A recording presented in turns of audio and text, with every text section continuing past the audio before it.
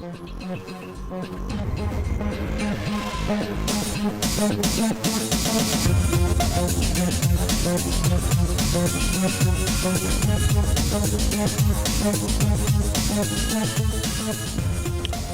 up, dudes? Excuse me.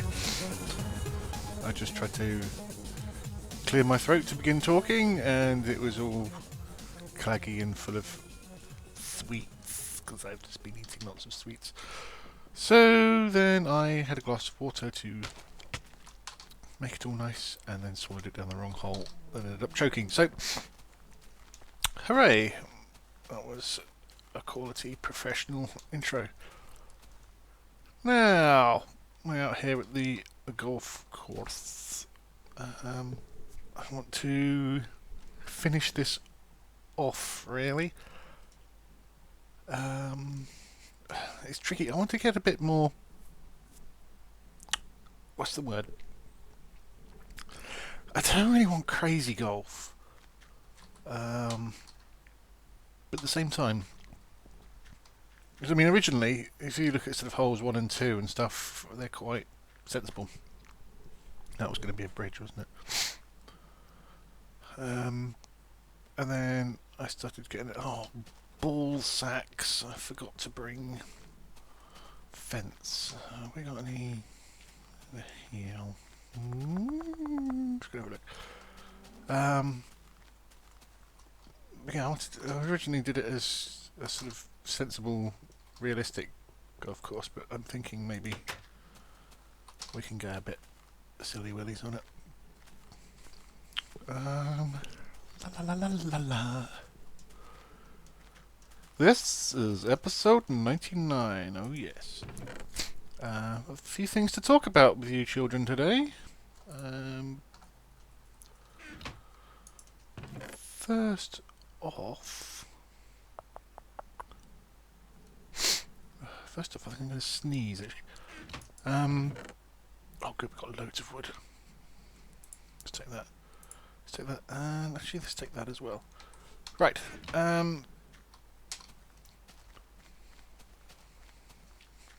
Right. I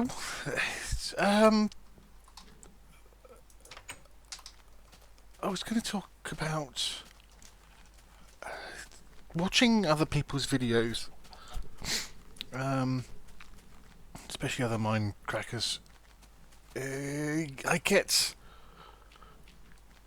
I really wish, you know, I was actually involved in the video sometimes, especially sort of Pause's Mailbag Thursdays. I mean, oh god, I would love to be. I ended up shouting my own opinions at the screen when I'm watching that, and it's actually let's do that. It's funny. I mean, there's nothing, you know, wrong with what they are saying in their videos. Well, you know, nothing intrinsically, essentially erroneous. But you've always got your own opinions on things and views, and when they're doing conversations about, you know, very serious matters. You know, if you've got feelings about what they're saying, you kind of want to say it, which makes the videos quite frustrating for me. Not that they're not good, because they are, although I do often wonder about the mentality of people that think Pause is the right person to ask for your serious social problems, but there we go. That's not the matter entirely. It's just a sort of slight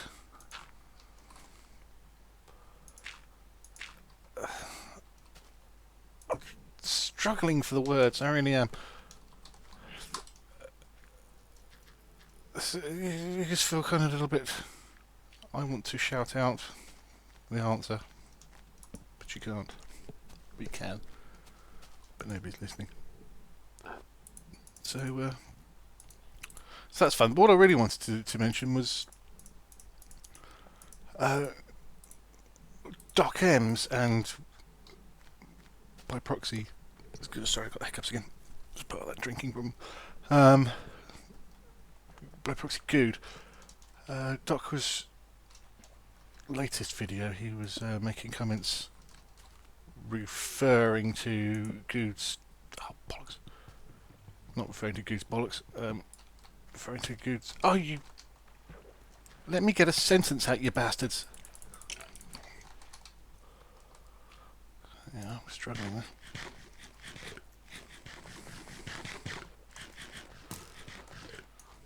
Right. Sorry. You just fall down the hole. Yes, he did. Yeah, Good's video about the RFIDs. And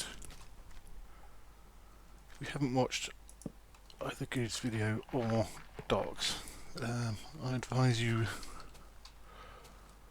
to, otherwise this isn't going to make a great deal of sense, but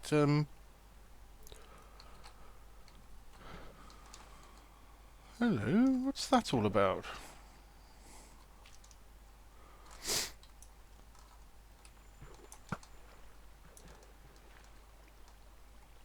You see that? That was odd.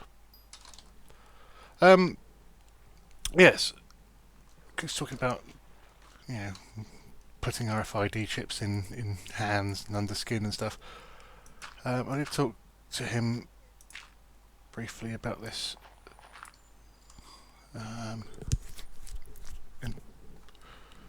Skype, and I said have a look at was the Kevin Warwick, Professor Warwick, who is a lecturer in robotics at Reading Uni, who did exactly this 20 odd years ago, and Good said he had read about him somewhere a long time ago.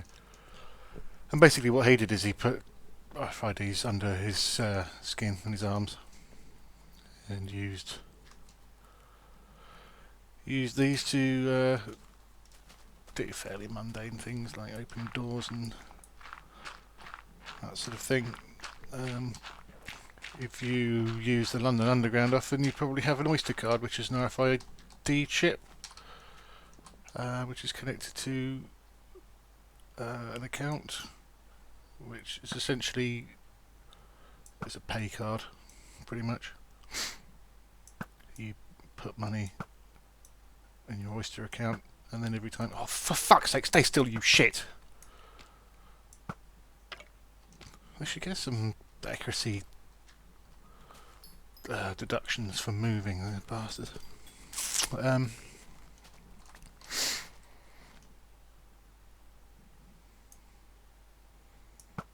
Yes, so every time you go near a pay point, it sees you're there and deducts money from your account. It's just a cashless way of taking the bus or tube. So I mean, those things have been going around for a long time. Fuck off. The good thing about those accounts is they've only got as much in there as you put in.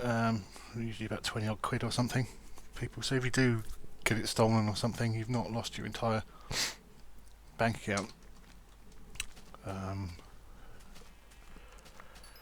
People talking about, you know, having these systems in your arm, and you know, people stealing your arm. That's not going to happen. It's never going to happen. I mean, assuming that we got to the stage where people were sticking chips under your arms, under your skin rather. Actually, you're standing where I want the hole to be. Oh God, excuse me. Just starting my own dribble again. Yeah, assuming we got to a stage where data was going to be, you know, the chips were going to be under your skin, and you know that's your single pay device, so to speak. It's unlikely people are going to chop your arms. there's a difference, a vast difference between stealing somebody's wallet or their ID and cutting an arm off. It takes a special type of person to start physically mutilating people, and then you're left with the options. Obviously, once you've done that, is do you leave this person with no arm? In which case, they will obviously call the police pretty quickly, and the bank, and that chip will be instantly unusable, and also probably trackable. I would have thought if they're going to go through things like this, then the chances are they're going to have things in the street that will monitor you as you walk past, because the range isn't too bad. I mean, it's not great. It's probably 20 feet or something at least. So walk past a lamppost. So that chip is going to turn off pretty quick. So it's going to become useless, and they could be caught. So the other option then is to kill the person to buy you some time. And I didn't bring any black wool because I'm a fucking genius. And then again, that's another step up from killing people, really, isn't it? From stealing their wallet to mutilating people to killing them. So that's not going to happen, I don't think. However, Doc did touch on another subject, though, which was that security and information. I think that's the bigger fear for people, especially, as he says, in Europe.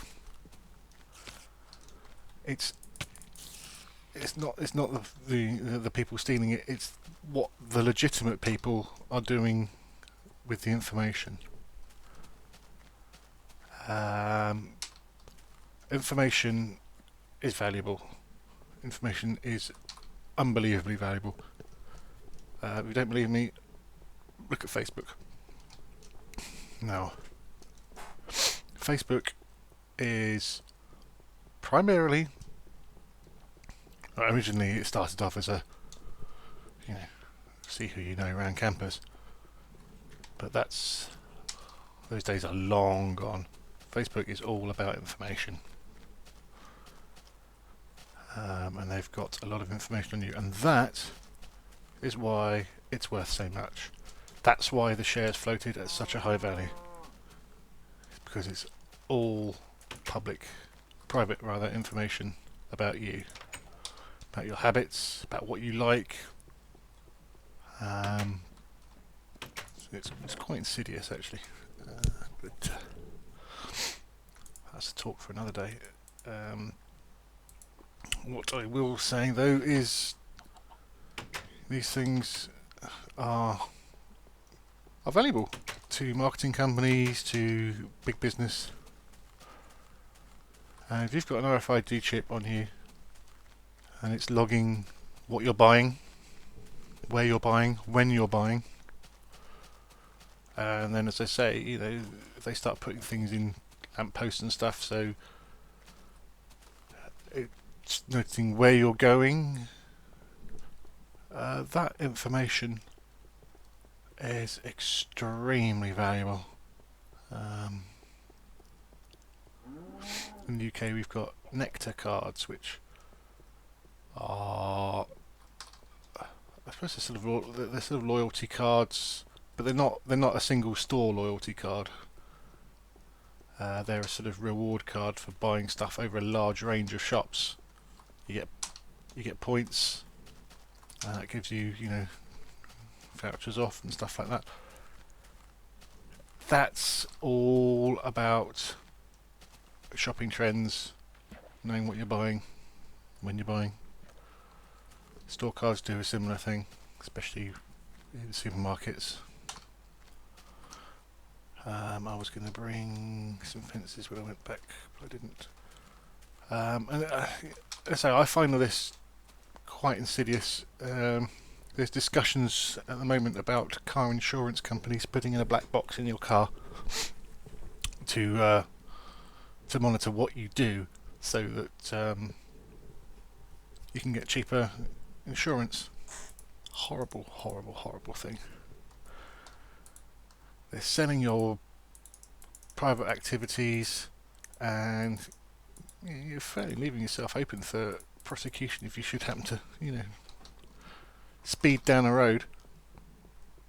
But you don't get caught by the police, you don't get caught by a speed camera. You do 45 and a 40. No biggie. But then you suddenly get a letter through the door from your insurance company saying you were speeding. We're going to cancel your policy and call the police.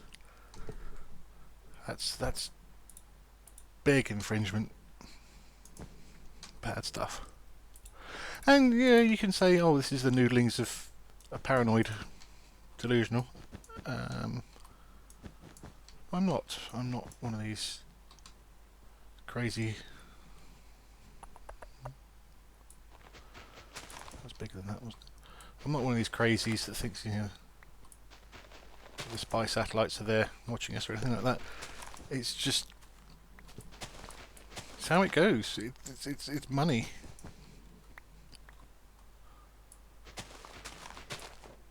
And it's not very pleasant. But that's, as I say, that's the bigger worry for us. I mean, I don't know how many people know it, but in the UK we've got the wheelie bins, big rectangular bins with a pair of wheels at the back that you push around. They've got RFID chips in, and theoretically they've talked about how they could be used, and who knows they're not already, for monitoring how much waste you're putting out when they get wheeled out to the dustbin lorry and they get picked up to get dumped into the back, pass through a reader, and that tells the truck how heavy it is, and you can end up paying a certain amount of money. Fuck, what colour was this? Depending on how much you've thrown away. Blue. Which again, I don't find a particularly pleasant prospect. But there you go. There you are. They can be useful. They are slightly. Actually, I was going to turn that off. Just have one under it, just so it's. So look, it was causing problems, wasn't it? So I just remember we were getting stuck on the fence posts, so I probably shouldn't have brought them in the first place. Yes, they can be useful. Stop library books being stolen, but they can be pretty nasty as well. Okay, I think we're going to go over this way. So, that, as they say, is that. The other thing I wanted to comment on, Bob's left his block behind, is comments. Couple of things. One, my breathing. Oh yes, I breathe. There are a few reasons for this. I don't mean me breathing, I mean the volume. And there's a few points I want to get over. I'm not... Sorry, break my mic there. I'm not a trained broadcaster. I do actually have quite a problem in regulating my breathing and talking at the same time. I can feel it now, I hold my breath, and it's partly because of all the comments.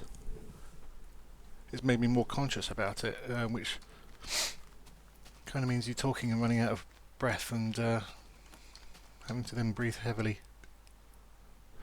to get some more air back again, which is stupid, but that's how it is. Secondly, do you people not watch any other videos?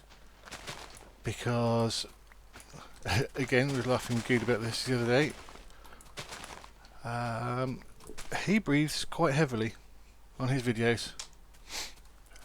Pretty much most of them you can hear him breathing. Don't see very many comments on his video going, "Oh, you're breathing, I can hear you breathing, it's gross," and other retarded comments.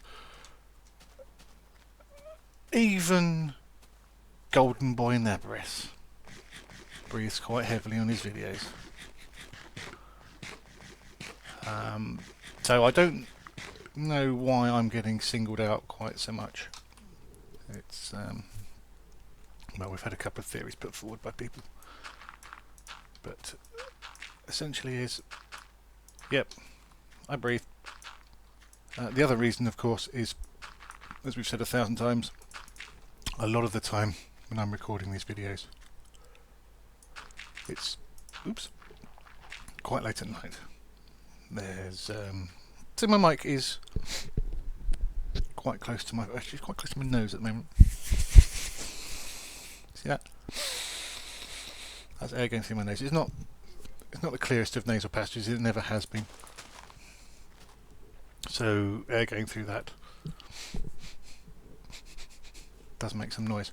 Yeah, I'm recording quite late at night, and there are other people in the house. Now, I know a lot of you are, well, judging by your comments, a lot of you are 6, but a lot of you are younger and live at home. And do you not get problems with your parents if you're late? Late at night, you're making lots of noise? I think you'll probably find they will come in and have a go at you. Well, when you live with other people, when you're big boys and girls, and those other people in your house are significant others, and they have to get up very early in the morning to go to work, and you're there having conversations with people, or in this case with nobody, talking to your computer late at night, loudly, they get what we technically call the hump. They don't like that. They tend to grump about it.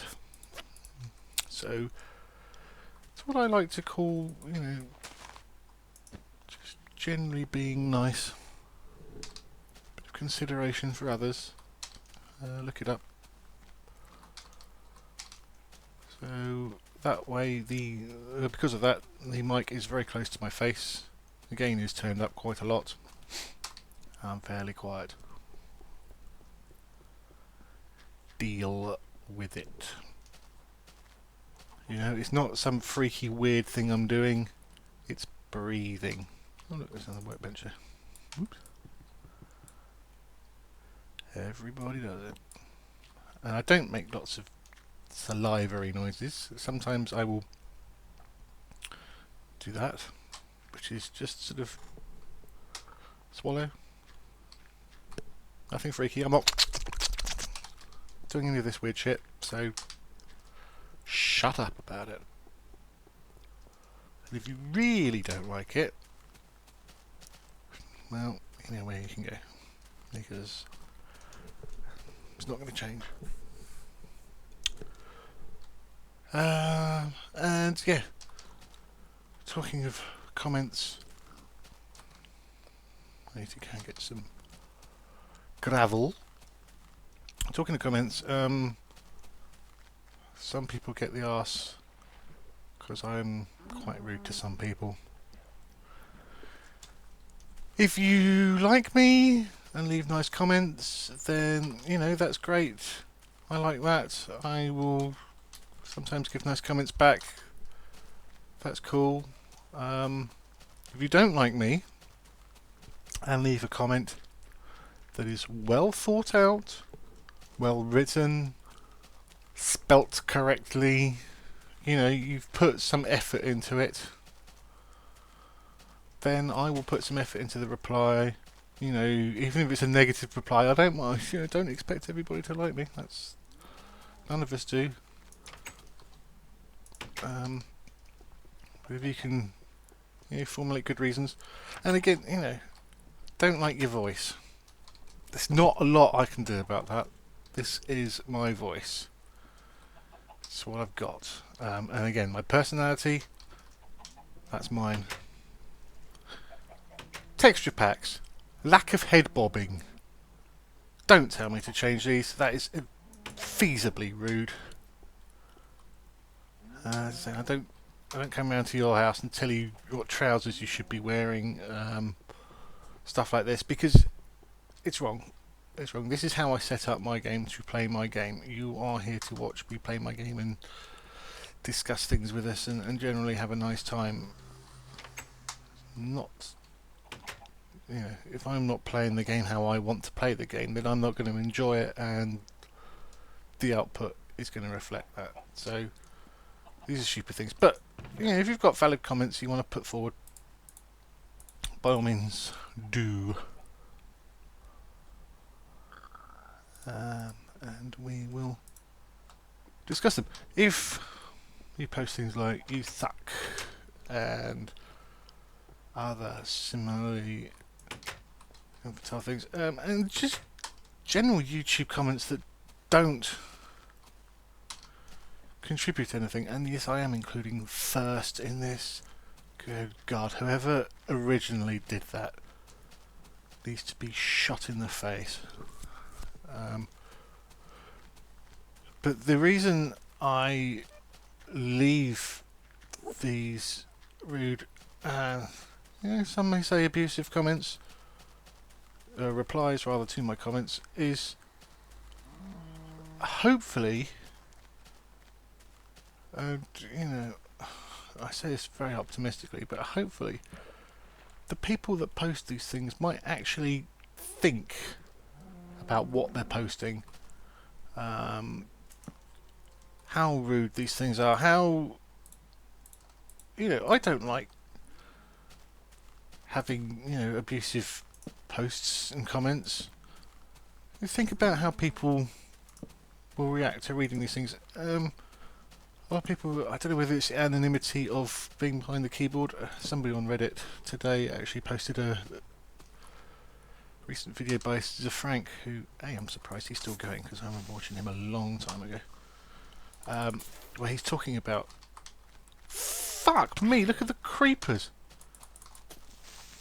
about YouTube commenters and stuff, and that's worth checking out. What is it called? Face Punch, I think it's called. The Frank, where he says it's like a thought that's somewhere between thinking it in your head and saying it out loud, and that seems fairly accurate to me. It's like people don't understand that there is somebody at the other end reading these things. It's not just in your head, it's in other people's heads now as well.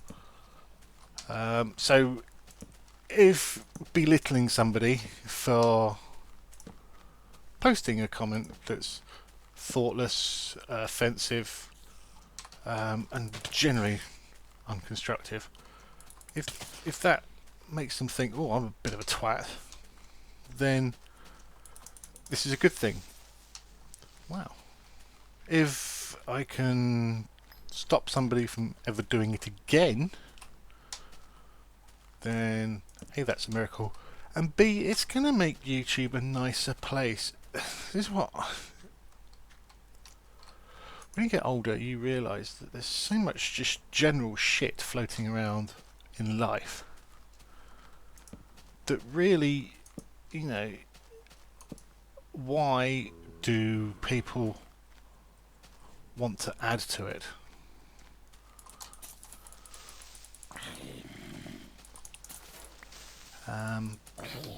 You know, it's like if you go to prison, you just want to get it over and done with and Yeah, make least trouble. You don't go round to the nearest fucking big guy and punch him in the bollocks. So, you know, just less people can be. Fuck me, those spiders are ridiculous. You know, people post these things less abusive comments, less abusive posts. Just generally be a bit fucking nicer to each other. Then just everything's better. It's not some hippie wah wah stuff. It's just basic common fucking sense, man. Be a bit bloody nicer to each other, and life is generally gonna feel better. Yeah. Anyway, I'm rambling on. I've been talking too long. Take that, YouTube's. As I say, it's episode 99. People have been asking me if I'm going to do a special for 100. And the answer is not intentionally.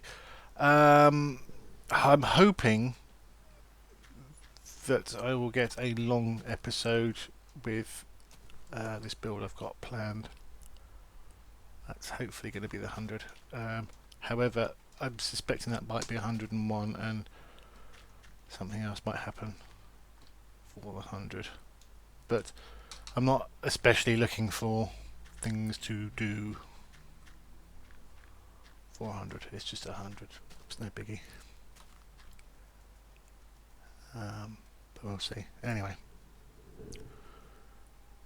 Keep giving us the love for the UHCs and other stuff, and rate, comment, subscribe. I know people hate people saying that, but it is important. If you give me those subs, then you know I can do a pause and join things and be popular, and that would be nice. If you like them, more people will see them, and everybody keeps saying I'm underrated, and I agree fully. So please press those buttons. It's a very small percentage of people do. And thank you, and see you guys next time.